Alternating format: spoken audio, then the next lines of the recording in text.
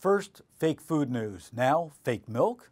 I'm not talking about the latest scandal in China, but the labeling war that has begun here in the U.S. as dairy producers are calling for the FDA to say that almond, soy, and rice milks need to change their labels and stop using the word milk.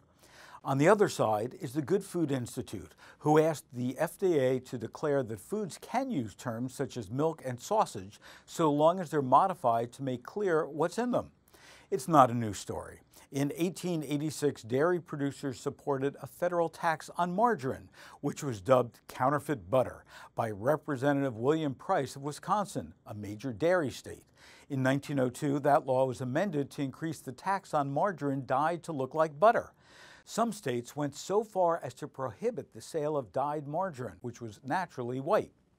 We do have legislation under the Standards of Identity, which spells out the required characteristics for a range of products such as French dressing, canned peas, and raisin bread.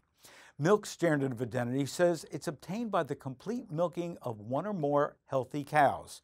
That's the issue that the dairy industry is citing for the FDA to enforce the guidelines.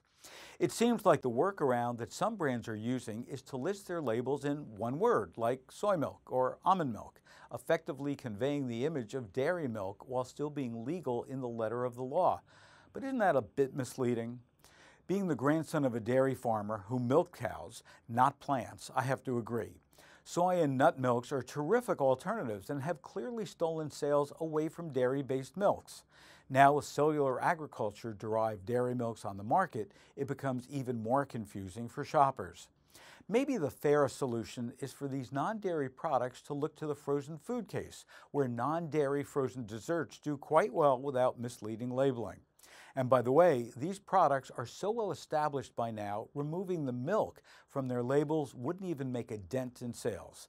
Just add to the transparency for our industry that we so much covet.